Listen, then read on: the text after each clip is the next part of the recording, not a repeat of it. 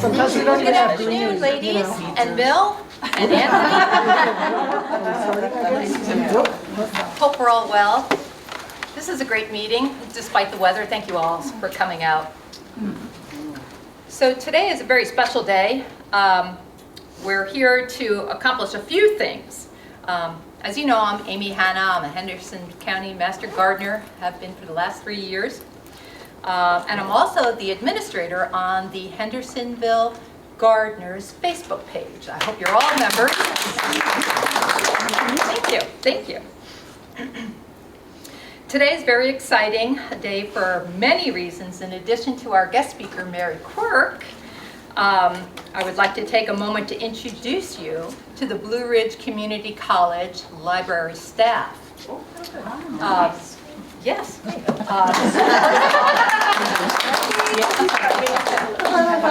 So Anthony is the director of the library, and we're going to kick it off this afternoon, with a little presentation, something a little bit different. So Anthony, as our trusted leader of the library, can I ask you to do the honors? I will do yes, the honors. Thank you. So as you know, we have a seed library here. It's humbly been called, wait for it, the seed library. So over this last year, we've been doing a lot of upgrades in the library, and we thought the seed library definitely needs some upgrades. And while we're doing that, why not actually give it a name? So the name we came up with was the Becky Bishop Seed Library.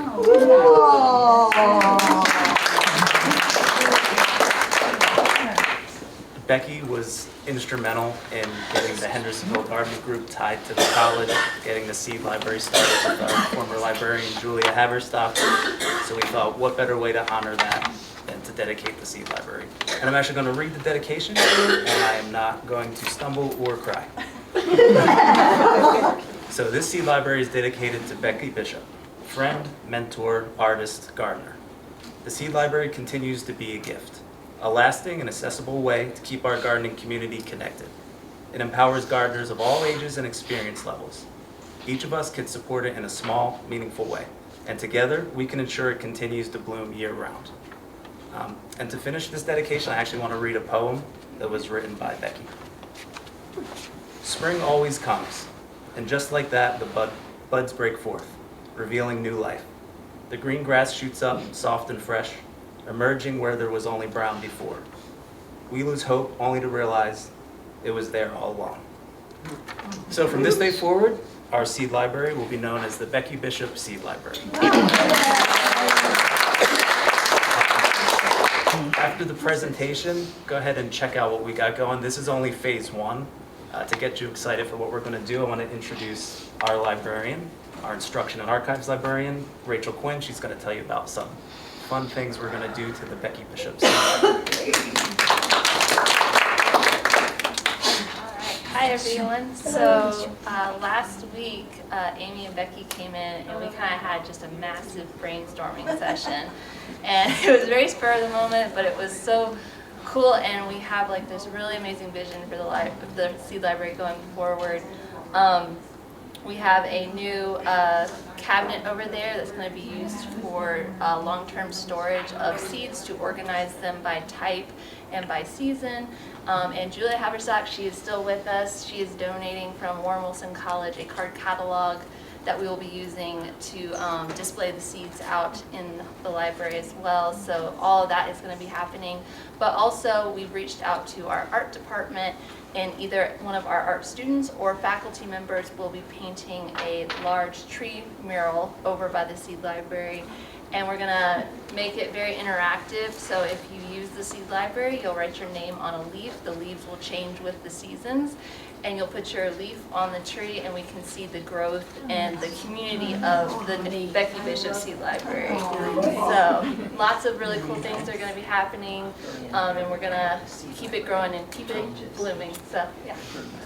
And also, just so you guys are aware, I'm not sure if you are, but community members are welcome to get library cards with us so that you can use our resources. We have a growing horticulture, agriculture, and gardening section. So feel free to sign up today or whenever you have time to get your community card. Okay. And now back to your regularly scheduled program. Thank you.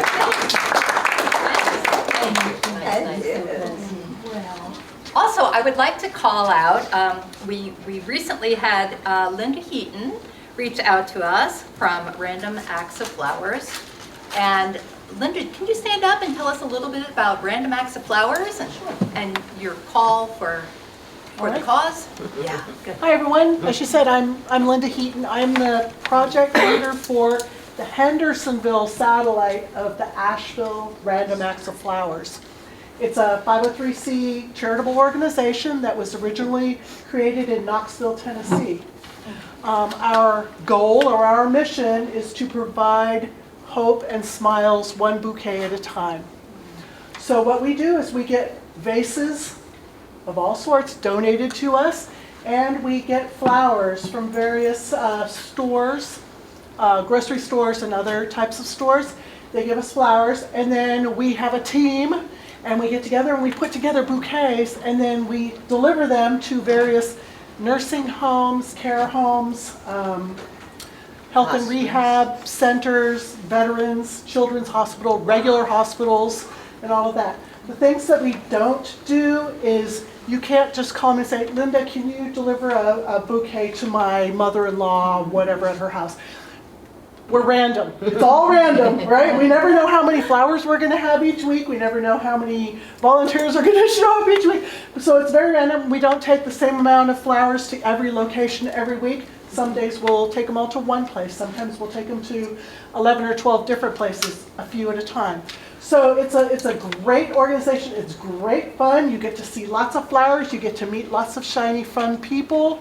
And when and if you deliver them to these facilities, the people's faces just light up and they're so excited to see us.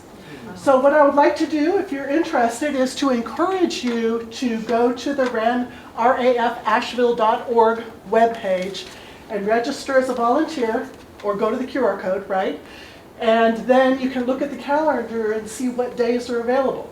We do one day a week in Hendersonville. It's usually the third Monday of the month. So it was yesterday.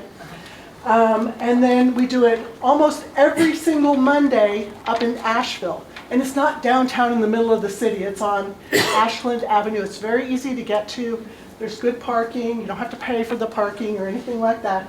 Huge group of people there, great fun. And then they deliver to Buncombe County, Weaverville, all the different places up there. And then we'll take some in Fletcher and Mills River and Hendersonville and all that other stuff. So it's a lot of fun. I go up there every week, and Susan comes up every week. Susan Black is also a key member of the team. But if you have any questions afterwards, give me a call or talk to me, and I look forward to seeing some of you. Here in Hendersonville, where are you located? We actually have a storage room and a preparation room in the First Congregational Church on 5th Avenue. Okay, great, yeah. So, and plenty of parking there too. Yes. I think I saw your post on Facebook recently as well. Yeah, so, yeah, good post. May I ask, what's the organization one more time and what's the website? Random Acts of Flowers. And the website is www.rafasheville.org. I have a question. I filled out my application about 2 months ago, so you say just go to the website and I can look at a calendar? Okay. And do you deliver the same days that you make the bouquets? Yes, All on a Monday? always on a Monday, yep. Unless, especially up in Asheville, on legal holiday Mondays, we might do it on the Tuesday. But that just happens every once in a while, or after like the 4th of July or Mother's Day or whatever, we do it on the Tuesday. Yes, ma'am. And you can take a picture of the flyer too, Yeah. out there if you need to. Yeah. Again, And you might mention where locally people can donate their vases. Oh, if you have vases, we love them, we need them, we want them. Jars, pickle jars. You know, if you take the labels off and then get all the goo off and clean them and all of that, you can take them to the Blue Mountain Consignment store, and they will hold them for us, and we go and collect them every week. That's opposite Publix, right Right there. by Publix, Right, yes. opposite Yeah, Publix, yes, the catty corner. House Heidelberg, and then the Blue Mountain Consignment's right there, and the grocery That's store's on the other fabulous, side. yeah. Also good for And as you. volunteer, are you involved with actually delivering them? Mhm. Okay. You can be. Okay. Not everybody wants to, but if you are able and capable and willing, we love having people deliver for us. Thank you. Okay, thank you. With your back. We have one more question. Oh, yes. Just speaking of bases and getting all the goo and stickers off, any best tips? Oh, Goo Gone, Gone. Goo Gone, and WD-40. Lemon essential oil. Citrus solve is a really good solvent for Olive oil, jars. too. I use it on all my jars. Say this again. WD-40. Olive oil. WD-40. Regular old olive oil works. And what was that other one? Olive oil. Citrus solve, at CITRA-SOLVET. And then Citrus-based solvent. Very good. Okay, so without further ado, it's my pleasure to introduce my friend, Mary Quirk. Mary is here, thank you. Mary is here to do some beautiful creative flower arranging. Mary serves with me on the decorating committee of the WNC Gardening Symposium, which is coming in October, and Mary also teaches at Bullington Gardens. And what else, Mary? And other places. And other places. Exactly. Exactly. So please welcome Mary Quirk for her day. Well, I finally got here. I've been threatening to come to this group for a year since Amy told me about it originally, and I never did, so maybe this is a new beginning. Well, I guess I'll tell you a little about my background. I was a florist for 40 years and retired in 2020. My latest job was at Biltmore, where I was for the last 16 years of my career, and that was a great experience. But my mission today is just to get as many flowers in as many people's hands as I can. There is nothing like it, in my opinion. And I am really interested. I grow most of my stuff from seed, so I'm really interested in the seed collecting aspect too. And it's just a pretty much year-round thing for me, which I love.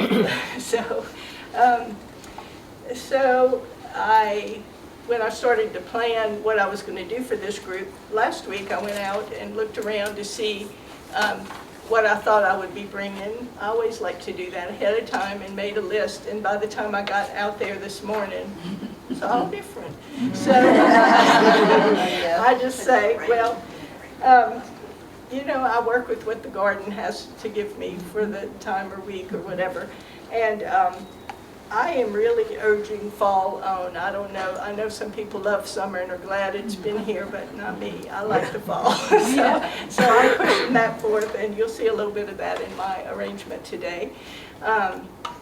This is my absolute favorite kind of group to talk to, because while I might give you a thing or two you haven't heard before, I always come away with some information that I love too. So make sure to ask any questions. This can be an interactive thing, and I'll get started. So I just have, I'm going to spend just a little bit of time, because I forgot to ask Amy how much time I should use. Oh, you have an hour, Mary. A little bit of time just talking about cutting and conditioning flowers, because I think that's sort of important to know. In not all occasions is it important for things to last in a vase, but coming from the floral background, world that I did, we liked for things to last as long as we could, and that's my nature to start with. So I'll just kind of tell you what I do when I am planning to go, I just call it go cutting, is that I try to do my cutting first thing in the morning. That's the first thing. This morning, when I went out to cut, it was raining a little bit, but just missed it. It actually was, by the time I finished, it was not so perfect. But anyway, it's important. The first thing I do is I get my buckets of water. There's Rachel. Hey. I get my buckets of water prepared before I go outside. Because when I cut, I put them directly into water. And I use Floral preservative. That's the little packs that come in flowers from the grocery store. Those are typically suited for about a quart of water. I get mine in a 10-pound bucket, so I can do whatever I want to. But not everybody uses it. Some people use homemade formulas, and I think as long as you have some sugar and some kind of something to help keep the bacteria down in the arrangement, you know, you can figure out something that you don't have to buy, you know, just household things. So I use like lukewarm water. I've heard all kinds of different things now, and if something else works for you, just feel free to do that. But I'm just telling you what I do. I start with lukewarm water because I'm generally cutting things that are sort of at the beginning of their bloom. I don't really cut things that are not going to last very long. So that anyway, I do like, you know, using the preservative because it kind of gets them at the beginning of their cycle. And so I do my cutting, put it in water, and then I bring them inside and put them in a cool location. I just have a little space. Well, my whole house is filled with flowers. Let's not pretend it's not. They're either being pressed or dried or fresh or something, some form or other of flowers all throughout the place. But anyway, I put them in a cool location for a couple of hours if I have the time. Now, I mean, some days I'm thinking, well, I remember what I told that group, and I'm not doing that this minute, but this is the ideals. And so I let them condition. I'll call that condition. And if they are sort of floppy, they'll normally kind of harden up a little bit, and then they're ready to go in a vase after that. So, like I said, that doesn't always happen, but that's what I like to do, and I try to plan ahead so that I have time to do that if I'm going to be making arrangements. And then when I get ready to do my arrangements, I put the preservative in the water as well that I'm going to be using. And it's pretty important to follow the recipe that has, because if you put too much, it can really damage the flowers. And if you put too little, why bother? Is kind of the thing. So I kind of try to pay attention to that. Then the next thing to consider is where you're going to be putting your arrangement, so that you can pick a container. You know, you might imagine I have a few. And so I usually pick out the vase that I'm going to use, and then as I start to, you want to know what shape your arrangement is going to be. If you're putting it up against a wall, it probably doesn't have to be the same all the way around, but if you're putting it in the center of a table, it does. So that's just some things to consider. And then comes putting the arrangement together. And there are a few ways. You can use floral foam. You know, all of you have seen Oasis, the floral foam. You can use chicken wire, like ball up a piece of chicken wire and put it at the top. That's not that great. I'm using a clear vase today so that y'all can see where stems are going. But if you have a ceramic container, for instance, then the chicken wire would be a good support. You need to form a little grid for your flowers to go through so that they stay where you want them to be. Otherwise, they're just all over the place. And that might be what you're going for. And don't worry about it if it is. But you can use tape, like a tape grid. You do several pieces of tape going this way and then this way, and then you tape around the edge of the vase. This is more for clear. All of this is available on Amazon, of course. And this is actually stickier, but you can sort of see it on a clear vase, so I would stay away from that. And honestly, it's really good. It's an anchor tape, and it's good for that purpose. The other thing you could do is a flower frog that you drop down into these. I love it when I see some heads bobbing, because the other day I had a class and I said flower frog and there was not one person in there. So I like being around gardeners, people that have had some. So anyway, that's always, but what I'm going to show you how to do is to use your flowers, your greenery. This is my bucket of greenery up here, not the prettiest thing in the world, but I want to show you how to make a grid using greenery. And of course this changes with the opening of the mouth of your container, all sorts of things, but for this right here, so this is what, basil, just regular old sweet basil. One thing you always want to remember to do is take off any greenery that might go down into the water, because if there is greenery in the water, that promotes bacterial growth. We don't want to do that. I want something that already has a little grid in it. See it? Yeah. So I'm going to cut this kind of short and put it down in the vase. And I'll probably even do it. So this is an element that's really not even going to show very much, but it's going to provide you with some support for the rest of your flowers. And honestly, I like it that you don't have to have anything special to really put together a pretty nice arrangement. So, Are those in preservative water right now? I'll put some preservative in there. Mary, what about dropping an aspirin into that water? Well, that's one of the things. You can look up like sort of homemade things to do, and that is one. I think aspirin would help with the bacteria. And then you could even just do, I've heard of people using Sprite. I've heard of people using just a teaspoon of sugar. It needs a little bit of sugar. That's what the flowers feed on. So a bacterial side and sugar, those two things. So And an aspirin and the sugar? maybe baby aspirin, but I don't think a regular, I think that would have to do with the, I can't really even speak to those because I'm not exactly sure. But, right? So you see now I have a pretty good little grid.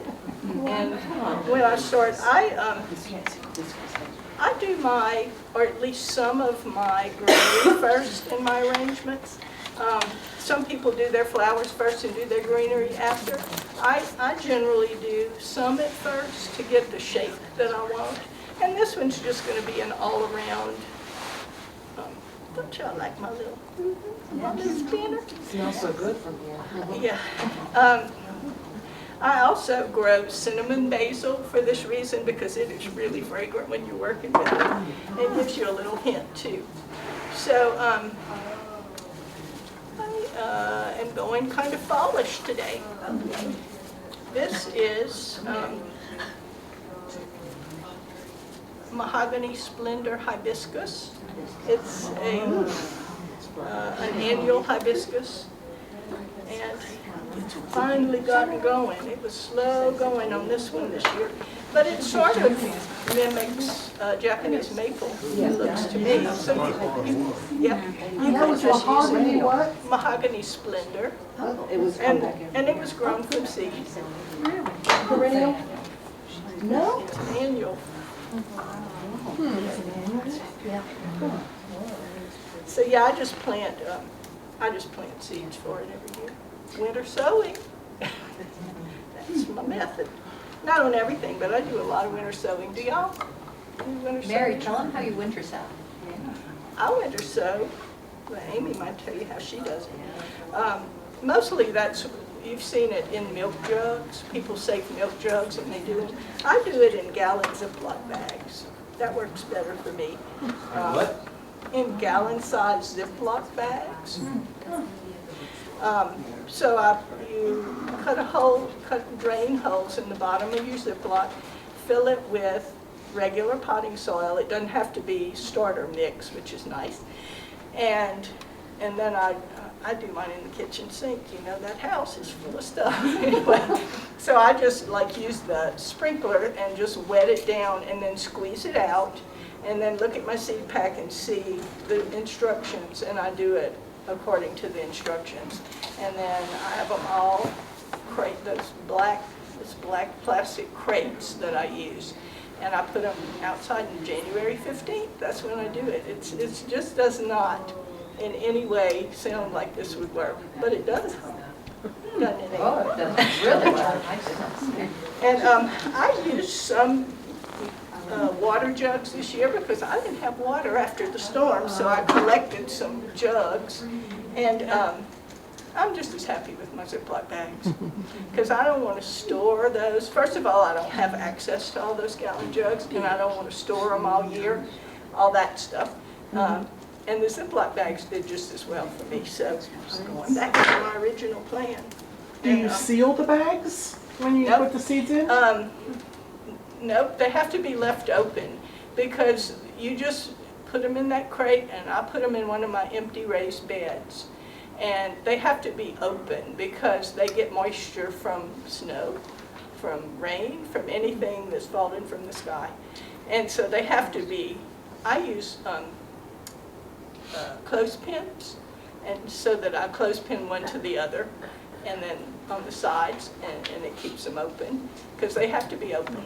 And it's amazing. In a few months, you have these little seedlings. They sprout when they would normally sprout in nature.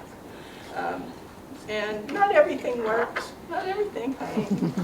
So I do start some under lights and all that, but it is much less effort and cost to do it that way. And in my case, works just as well. So maybe we need to do a winter sewing class, huh? I think so. Anyway, so this is my start. Stand up. The other thing is, don't let these flowers boss you around. You are the boss.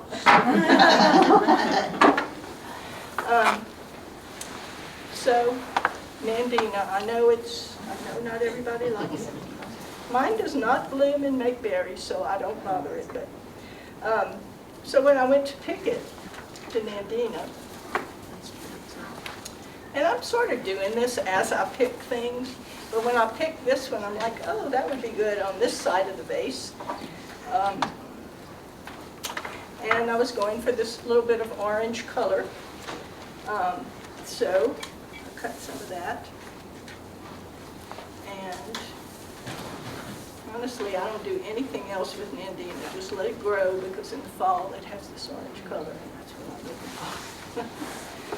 And then when I got to that, I'm like, well, I need one that goes the other way. So one of my bosses used to say, the flowers will tell you where they want to go. So just look at them, like take it, look at it, see where your arrangement needs it, and then put it in accordingly. Sometimes it says, don't put me in there. I'm not going in there. So anyway. I just want to get kind of an interesting mix of greenery before. Honestly, I mean, my garden is kind of gearing down right now. I don't have that many flowers in bloom. So this is to show you also that you can have an interesting arrangement even if you don't have any flowers at all. But I have a few, so we'll see. So anyway, that gives me that. Very balanced. I've been practicing.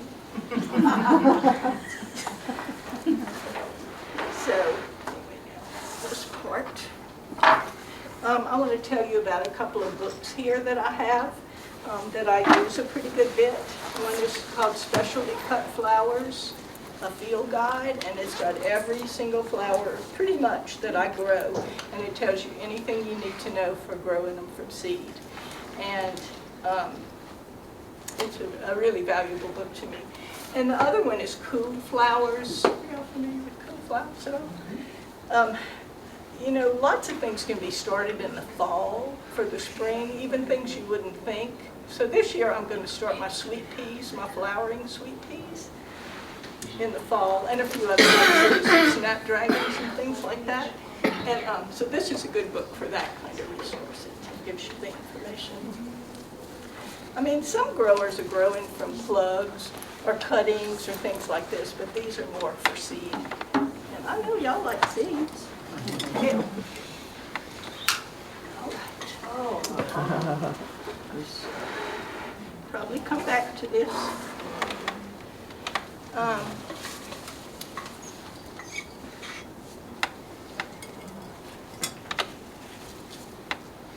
So, I'm gonna just lay some stuff down. I mainly, for my focal flowers, I'll call these, I mainly had zinnias. That's the biggest thing that I had. And I want to show you something about zinnias. I hope this didn't stiffen up. Do y'all know about the wiggle test? No. Okay.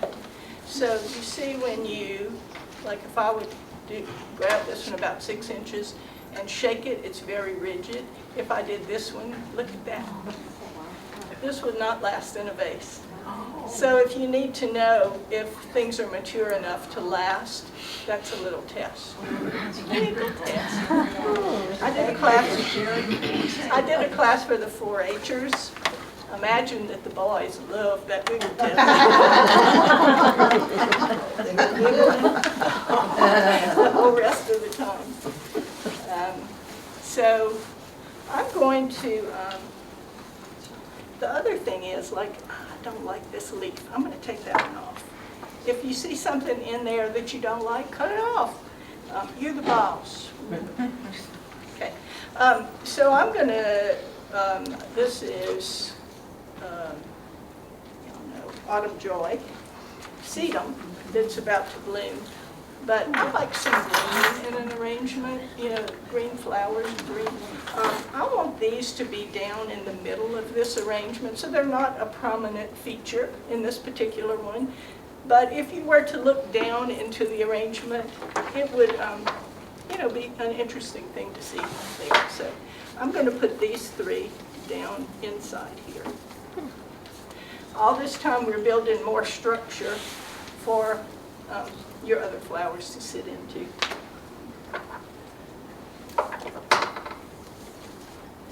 Do you always cut the stem straight across or at an angle, or I cut it at an angle. Okay. Doesn't matter like what type of plant? You know, all of that's changed over time, but the premise is that if you cut it at an angle, and I like to have my stems as far down to the bottom of the vase as I can too. That's not always possible, but I like to do that because you'll be surprised how much water these things start to drink, and if you're not careful, it'll get down to the, you know, your flower stems will be below the level of your flowers, and then it won't be good. But the premise is that this point sits on the bottom of the vase, and you have all that surface for water to get up to the top of your stems. So, Mary, is there any advantage or disadvantages to cutting the flowers under running water in the sink?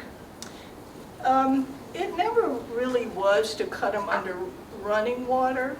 They've gotten away from that too. I mean, I wouldn't have cut a flower in just open air for years. But I don't hear anything at all about that anymore. Okay. But what it was is that you would, for instance, put that too, you would have like a pan of water, and you put your stem underwater and cut it. So I don't know that running water would do the same thing. That was also confusing to people. But it was to, so said, you could get an air bubble that forms. Like if you cut it out here and then put it there, maybe an air bubble that forms in the stem. I don't know. Like I say, they've gotten away from it. In 40 years, I've heard a lot of things come and go.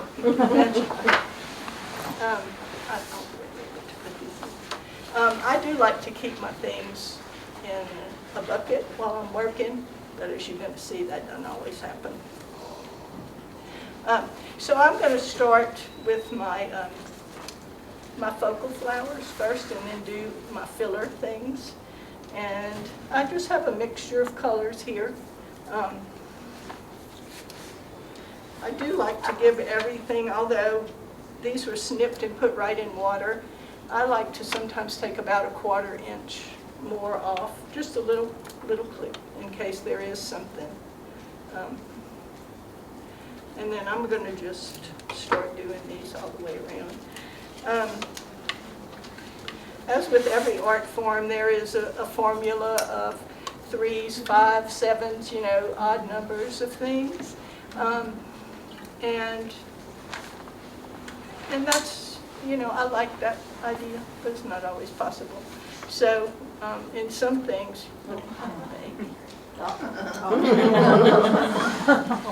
so I probably could prop that up, but it's not going to have very much life to it anyway. So this is a zinnia flowering type of not zinnia, cactus flowering type.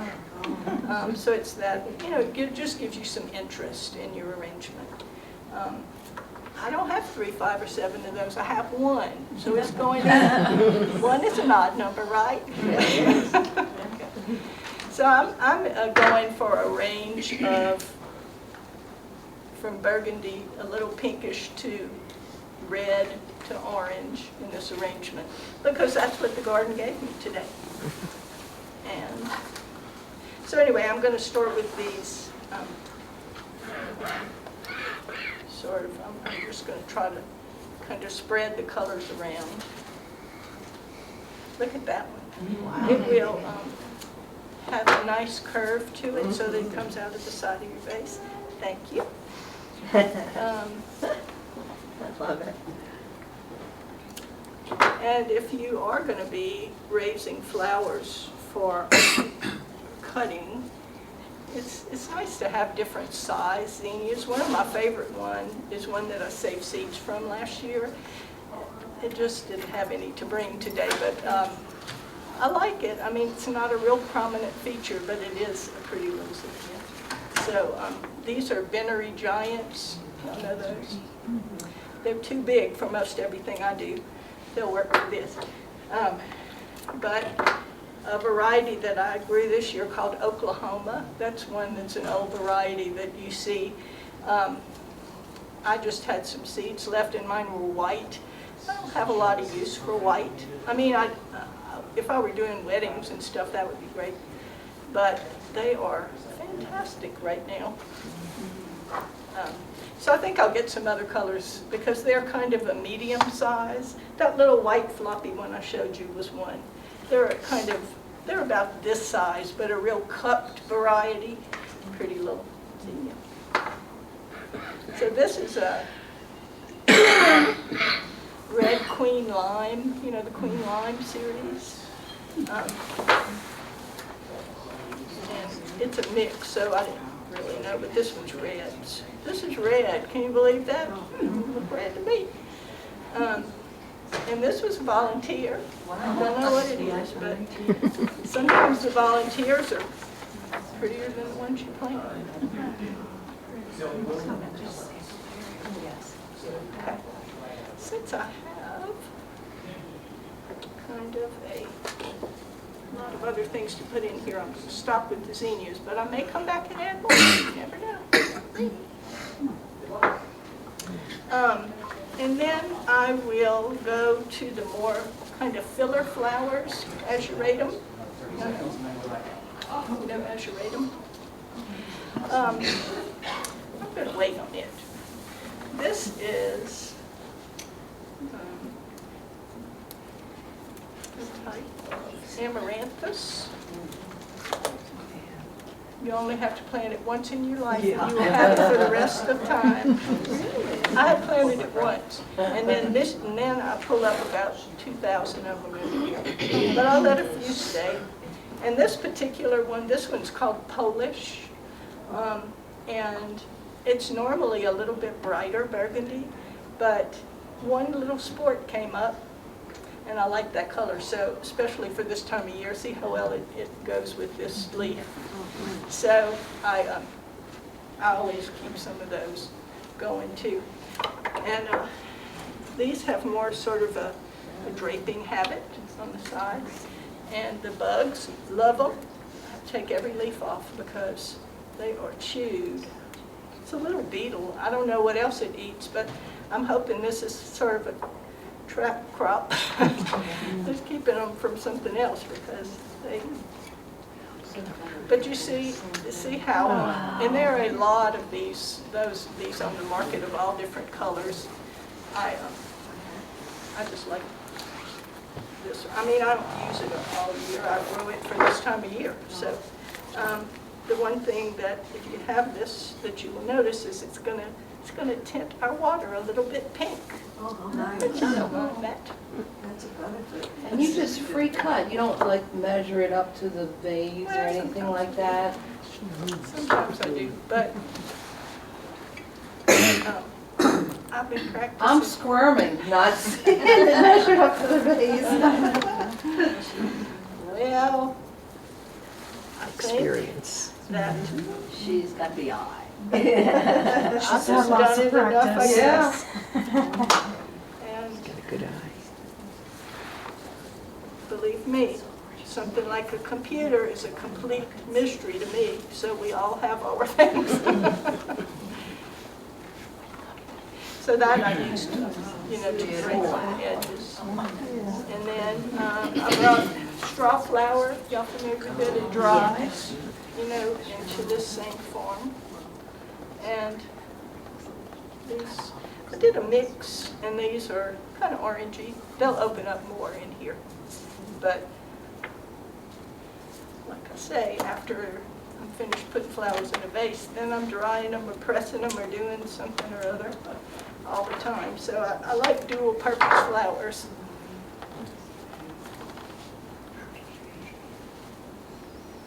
Mary, how big is your garden? Not big. You'd think it was enormous by the amount I talk about it, but it's really not. I have 1/3 of an acre, and it's in my backyard. So I have 8 raised beds. That's it. And then, this year I put in a wildflower patch, which was a great addition. I hate to mow. That's my other thing. So if I had my way, there would not be a blade of grass on the yard. But right now, I have a little. And so I put that, it's 20 by 30 feet that I put in last year. And I really loved it. It looks horrible right now. It was beautiful in the spring, but I think, it's almost time to kind of cut it back.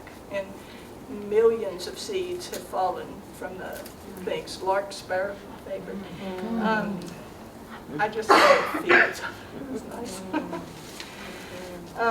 Then I want to invite you to use some purple in your fall arrangements. It's sort of a direct complement to many of these colors and adds a pretty nice little punch. So this is just your regular old salvia. I mean, these are just in my regular. Is that like Victoria Blue? Something like I bought it from a plant sale. From a garden club. Who knows what it is, but I'd say it's similar. It's pretty. And it's just in my, just in my regular flower beds. But it lasts well if you cut it at the right stage, and it comes back. They don't tell you it will, but it really does. This one I broke off a few times on the way, so we don't have no odd number there. I started out with an odd number, now I have 2. You won't tell. Then I also have this azuratum. This one is called red flint, not very red, but it'll have kind of a purpley tone. And this one I will use, because of the form of it, I will be using it kind of into the center of the arrangement too, not as a, you know, it's more of a filler.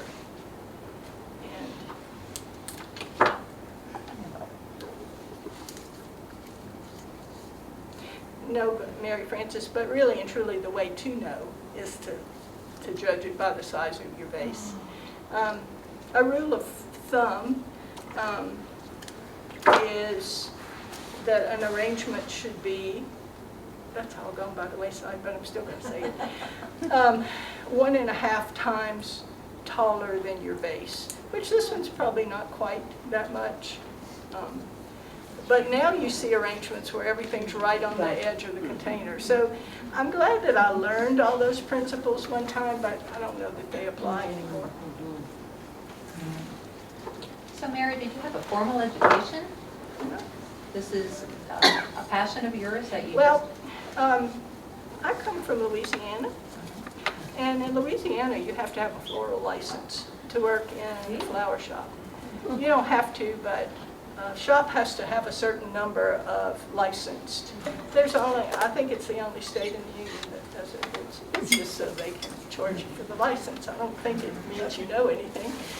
But I did have to learn some of those. And then before I even went to work in a flower shop, I just volunteered. I just found a flower shop that I admired the work they did.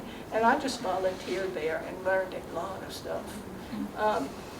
So that was, I mean, from people who were working, now you have the, if your stem ever goes in and you say, oh, that was easy, this is why. It didn't go in. Right.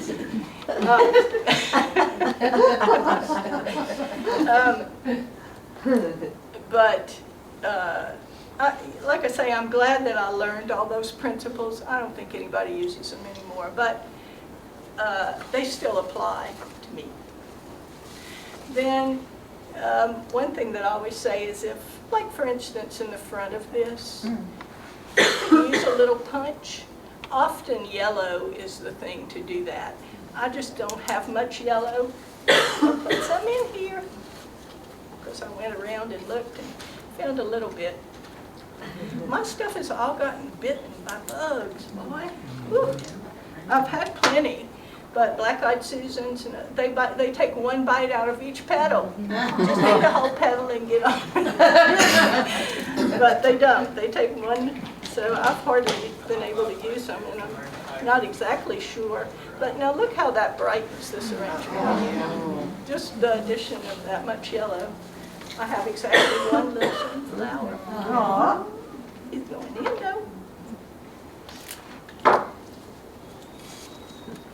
What kind of sunflowers is that? It is called, it's actually one that just has one bloom, but when I went to pick the one bloom off of it, it looked like it was going to branch a little bit, so I left it. It's called Horizon. It is the Pro Cut series. Those are ones that don't make pollen that sprinkles all over your table. There's a whole array of different ones. And this one, I mean, I didn't know that this one, somebody just gave me the seeds. I didn't know that it was going to be branching, but I just kept it because it was, and I like that size. Sometimes that's easier to work with than a big one. And also Horizon is upward facing. Most of them, you know, their heads are down. So, this is shrimp plant. Do y'all know shrimp? And that's just in one of my planters. And I'm like, well, I think you look like you'd be nice. Well, you're from Louisiana, you have to have That's that. right. That's exactly where I got it. I went real early spring in the garden club in that little town that just had a plant sale, and they had some leftover stuff. And it was cheap. I'm cheap too. That's another thing you need to know about me. Yeah, value driven, I call it. But isn't that an interesting shape little thing?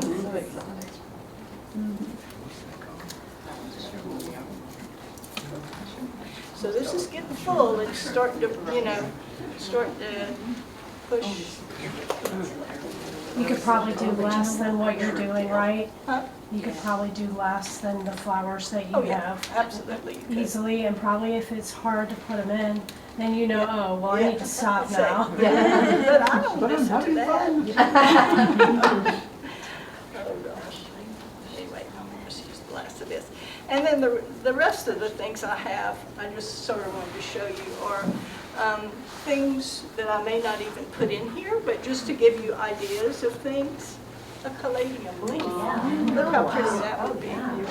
No, that's not, when I went to cut it, I'm like, that's not really your color range. But how beautiful would that be at some time? And then I have a beautiful Rex begonia. I might put that one in. Wow, that's your color. Things floating around. But I put my Rex begonias out in the shade in the summertime.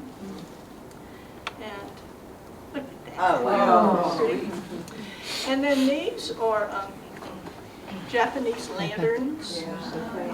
Don't plant these if you don't want them 10 years from now. They are invasive. But You grow those as well? Very cute. and they send little runners under the ground. They come up everywhere. I pulled up tons of them. But there was a little section outside of my bed that I'm like, okay, you can live there. Because as Amy said, we're getting ready for that symposium, and I want to have some things like this. So the majority of them I've already picked, and now I cut these this morning, so these are fresh. But I have a whole bunch that I'm drying too. Oh, nice. And What are they called Keep again? its color. Japanese Yeah. lantern. keeps its color. And that's a Japanese lantern. It is, yeah. Tomatillos that you can make salsa from. These have a tomato inside of them. If I opened one of these, and maybe I will just to let you see, it's got a little tomato inside. So that whole thing has to dry before they're really dried, but they dry pretty quick. And they're just as pretty once they're dried as they are. You just dry them before. standing up like that. But more fragile. No. Not very. No. They're pretty good. It's just hard to get them to stand up straight. They kind of curve over. So I'll just be doing some curved over arrangements with those. That's cute. So anyway, they start out green, and then they, color to this. Pretty much everyone has a bug hole in it. Someone asked if the tomato inside of that is edible. I don't think they are. I don't think it would kill you. But I don't think it would taste very good either. So, Otherwise, they would be for sale, right? At age 7, I survived eating it. you did? And Well, here's living spit it proof. right out. But Yeah, here's living proof of what we needed to know. And see, they do have a nice little curve to them. So I'm going to put these in just because to get a little bit of orange, I didn't want to be too Running out overt. of room. Get those Well, I'm going to take this one so I can show you. She said she pulled a bunch up. I wonder what she did with them. Yeah, the, So what did you want to I dare you to bite it. I'm not No, even, you don't. I'm not even taking a double dare on that one. 73 years ago. Nope. What do you do with the tomatoes? Do you do anything with them or no? The inside, I don't think they're really edible. You could eat them, I guess, but I don't think it's worth. I want them for the ornamental value. Let's call it that. So that tomato would be the seed, huh? Yeah, that's what the seeds are. You don't need seeds for those. They send out every little shoot that you can imagine. Oh yeah, I was I'm not going to put this in just because I don't need anything else, but this is Japanese anemone, which you know, and this is the foliage. Look how nice it blushes up in the fall. What is it again? Japanese anemone. They're starting to bloom right now. And I cut these. They're a little bit pink for what I'm doing, but I did want to just bring a piece of the foliage to show you. When I go out there, I'm just so delighted because look how pretty that thing is. And it holds up really well, too. Here I go. And it holds up. And then, I'm not putting this in either.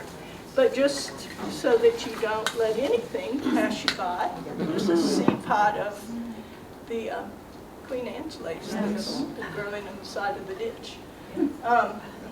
But wouldn't that be a pretty element in there? I don't need anything else, so I'm not going to put it in. But I wanted to bring a few things just to show you. And Do you ever spray flowers, colors, no, I try not to. like they do in the I spent a lot of bouquets years. sometimes? Yeah, I spent a lot of years having to do that. I wasn't a fan then, and I'm not a fan now. Oh, I see. So, So how Just to many follow mortars- up on that lantern fruit, I did a quick research, and yes, it is edible only if it's fully ripe. If it's not fully ripe, it, like the rest of the plant, can be toxic. okay, So good. be careful if you try it. You're welcome to try it. And Make sure it's right. And when I was a kid, I was known to try anything, poisonous or not. And they were like, "Oh, you're going to die." See? And the last thing, this is passion, passion fruit. Whoever said this doesn't survive here? So I'm going to do that trailing out of the arrangement. So I just want to show you. Oh, I was wondering, yeah, I always like them. So I'm going to do a little display here of the arrangement. So the other thing that I found when I went out to cut, lichens, quick lichens. So it's nice to have a little element at the base of your vase. And I have these little acorns. I didn't find those, I made those.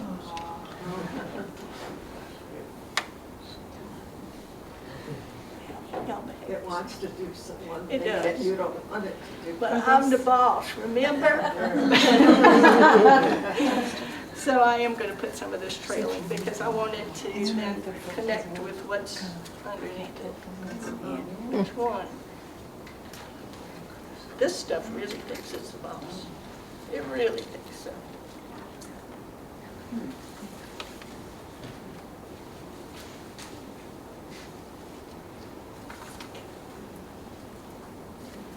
I'm just going to start with a little piece. And when you start to bring it in, it grabs everything in its path, pulls your flowers out of the vase. It really does think it's boss. Why do you put it in there? Huh? What makes you put it in there, for the greenery or? Well, I'll show you. To connect with what's down here, I want something trailing out of the vase that ties that It's to called the artistic, arrangement. right?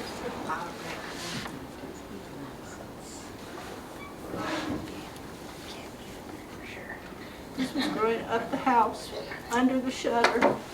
Oh goodness, here we go. It has so talented this year though. And that's passion flower, did you say? Yeah. It sounds like passion to me if it's gonna take over everything. Very passionate about its path. Anyway, so then when I put this on here, Oh, my goodness. and it, see what I'm doing.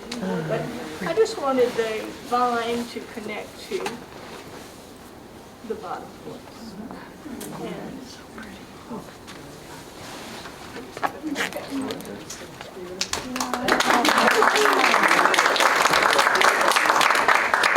look how pretty the lichen, the color of the lichen, that kind of sage green goes with the color in this thing.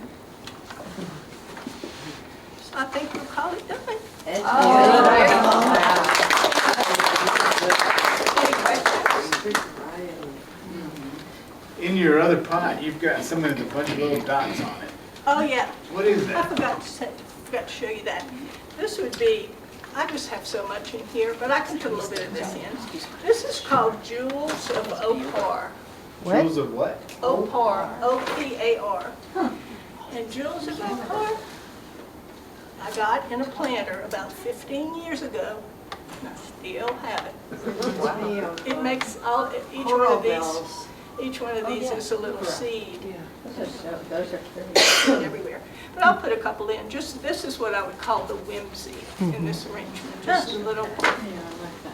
And what about the pod-like leaf in the green? No, this thing in the front, yeah. What's? Oh, yeah. That is sea oats. Oh.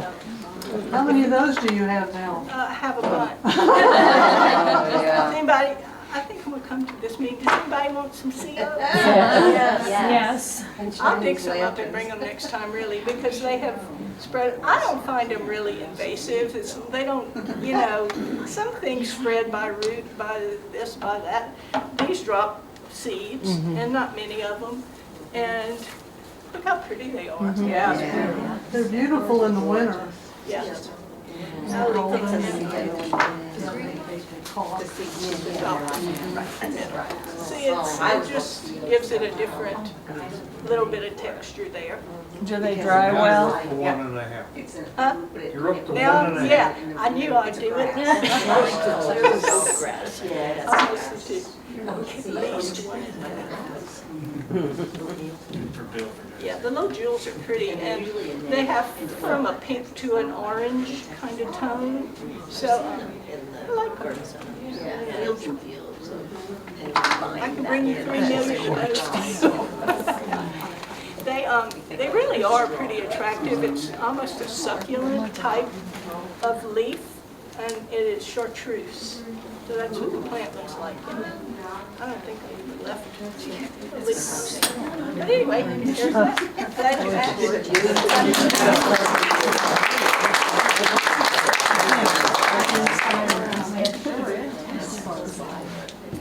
Can I ask a question? Sure.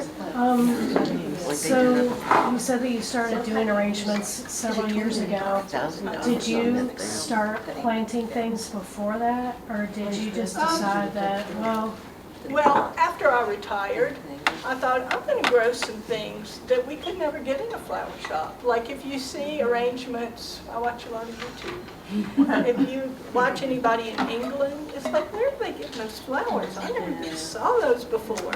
And so that was, actually I retired the year of COVID, and I was still working, and we got laid off at Biltmore for several months. And then during those months is when I started gardening.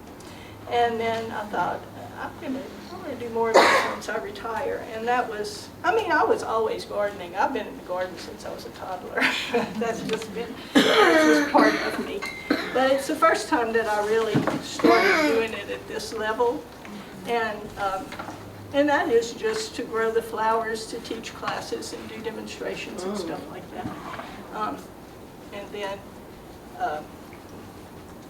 So pretty. Flowers took over. Lovely. flowers took over.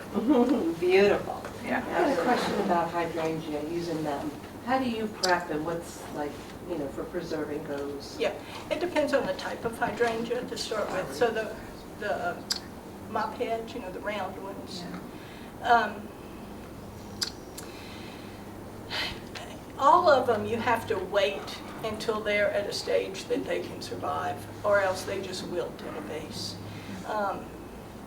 So I have both kinds. And my panicle hydrangeas, the cone-shaped ones, are really not quite ready yet. They are enormous. Oh my gosh, some of them are this big now. But they go, all of them start out kind of green, then they go to whatever color they're going to be, and then they start to go back to green at some point. That's the time to be able to cut them and dry them. They are a very temperamental flower. I mean, If do you you've use done, the alum powder, or like the crushing of the end of the stem? I don't. None of those methods? But you know, when I was doing wedding work and doing things like that, wow, they are, you just try to talk people out of them. Yeah. Tell them they're poisonous. To the touch. No, but they're very temperamental. They're beautiful, but they're temperamental. And honestly, I just cut a lot. I have some blue ones, and I cut them to dry, and about half of them were successful, even at that stage. So I don't really know the answer. I just know that when we got them in to do for a wedding, if we had big coolers or bathtubs or whatever, you soak the whole flower. And they can take water up through the flower as well as the stem. So if you have them wilt, what I do if I have one that wilts is take it, recut it, and put it in warm water. And they'll usually come back. But if they have started that trend, they're probably going to wilt again. So if you need them for 1 or 2 days, it's okay. But if you need them for an extended period, choose something else. All right. Any other questions? Actually, I have one more because I'm good at asking questions. How long would a bouquet like that, if you're taking care of it and all that, would it Yeah, I last? didn't cover that part. So I would add water to this one every day. You will be surprised, like There's a lot of flowers in there. when I got this home, I would fill it all the way to the rim. And at this point, you don't have to add preservative to it every time, just clear water. And for the first 1 or 2 days, or even 3 days, it really drinks a lot of water. You have to really watch it. And after that, it kind of slows down. But I would say after the 3rd day, maybe change the water out completely, because you will see that it gets pretty bad. Do you trim them again? You can. I don't know. Is that helpful? Because I read that it was. I've been it is doing helpful. that. I'm It sure. seems to make them It last can't hurt longer. for sure. I almost changed the water in one at Ingles' bathroom the other day, but if anybody comes in, they'll say, "What is she doing?" So I didn't do it. It was awful. But anyway, yeah, it's important. I mean, I do sell flowers during the summer, and every one of them goes out with a tag that says add water daily, add water daily. You really do need to, because I mean that's all they're asking for us from us at this point, and I can do that much. I did a quick look on the different preservatives, and you said you have a 10-gallon bucket. So there are some 10-gallon buckets that are 174 and some that are 50. Do you have a preference? Mine's a 10-pound bucket, and it's powdered. I think I have Was it Floral or something? It's the brand that I got this time is Floral. Which it just looks like that powder. I can look for it. But Floral or Chrysal is the name of another one that we used in the flower shop a lot. So either one of those are good, I think. How much did you add for that size vase? I added, so it comes with a little scoop, which is for a quart. And I had about a little over a quart, so I put about a scoop and a third in here. Do you notice the difference with some flowers versus other flowers, the temperature of the room that it's in? They all like it cool, you know. Yeah, I used to take flowers to my parents, and Oh, boy.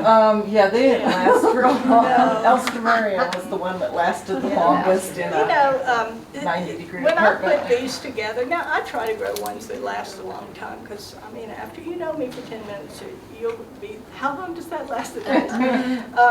That's kind of my focus, but if I have something that is not long-lasting, I try to put them, you know, not much of that in the arrangement, put more things that last longer. And that's what we did in the flower shop too. You did some specialty flowers, which were usually the expensive ones like roses or things like that. And then the alstroemeria, that kind of stuff. Because some things, mums, alstromerias, those things are, you know, notoriously long-lasting. And so you kind of tried to do a mix of things. Otherwise, in 2 days, you're in arrangement. And they don't like to be in those hot temperatures and not in front of a draft, and not a cold one or a hot one. Just, but the cooler the better, really. All right. Thank you. Thank you.